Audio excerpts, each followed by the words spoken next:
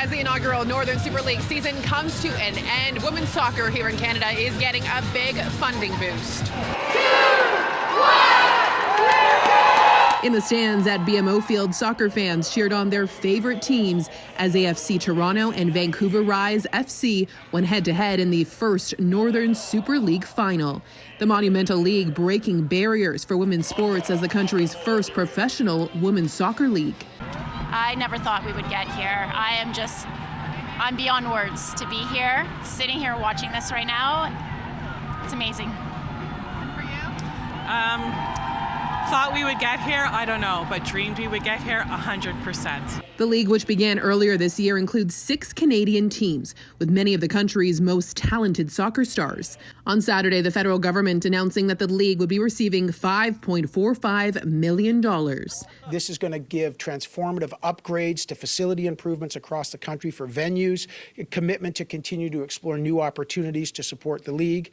And in Southern Ontario, this includes the intent to make investments to enhance the stadium and training facilities for the league's Ottawa Rapid FC and AFC Toronto teams, creating professional atmosphere and enhanced experiences for the fans, obviously for the players. Sports infrastructure across the country is in dire need of improvements.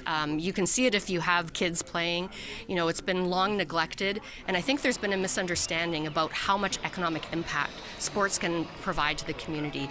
And so, you know, this is part of that. This is part of the bill that provides jobs and provides economic impact, but it also gets our kids healthy and active with both the pro players on the field or in our arenas, inspiring that next generation of player.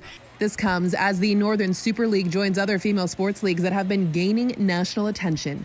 The WNBA is expanding into Canada with the Toronto Tempo scheduled to begin in 2026. And the PWHL kicked off its 3rd season this year with 3 Canadian teams as part of its 8-team league.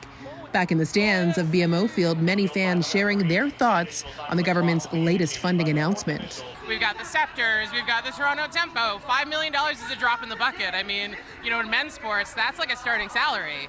So I think the government really needs to step up and give a lot more money. We need to drive investment. We need to drive it, and it has to be intentional. And while this federal funding is a step towards enhancing women's soccer here in this country, many people that we spoke with today say while it is encouraging, they hope to see even more funding coming from the federal government in the future. For City News, I'm Alessandra Carneiro.